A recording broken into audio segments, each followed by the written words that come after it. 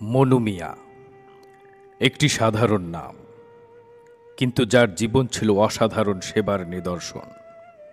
সারা জীবন তিনি কেবল একটি কাজই করে গেছেন, মানুষের কবর খোঁড়া। মৃত্যুর শেষ বিদায়ের মুহূর্তে যেন তিনিই ছিলেন নীরব সাথী, একাকী প্রহরী। অজস্র মানুষকে মাটি দিয়েছে তার হাতে। শেষ বিদায়ের এই পবিত্র কাজে তিনি ছিলেন অতুলনীয়।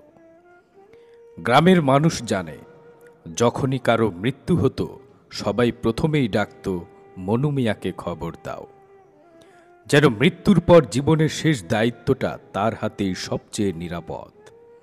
কাঁধে কোদাল, পরনে মলিন লুঙ্গি আর মুখে শান্ত অভিব্যক্তি, এই ছিল মনু মিয়ার পরিচয়। কারো মা, কারো সন্তান, কারো স্বামী, কারো ভাই, সবার শেষ ঘরটি তৈরি করতেন তিনি নীরবে, নিঃশব্দে।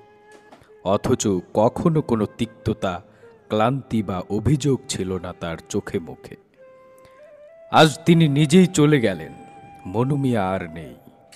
প্রশ্ন জাগে, কে খুঁড়বে তার কবর? যিনি সকলকে কবর দিয়েছেন, আজ তার কবর কে দেবে?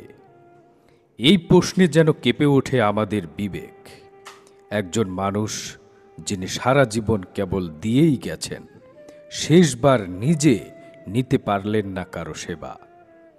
কেউ বলল, চল আমরা সবাই মিলে তার কবর খুঁড়ি। কেউ চোখ মুছতে মুছতে বলল, আজ আমরা মনু ভাইয়ের জন্য সেই কাজটা করব যেটা উনি আমাদের জন্য আজীবন করে গেছেন। এমন মৃত্যু যেন শুধুই এক জীবনের সমাপ্তি নয়, এই এক নিঃশব্দ শিক্ষা। জীবনের মতো মৃত্যু সেবা চায়, চায় সহানুভূতি। মনু মিয়া দেখিয়ে গেলেন, সেবা ছোট বা বড় নয়, একজন মানুষ নিজেকে কিভাবে মানুষের জন্য উৎসর্গ করতে পারেন সেটাই বড়।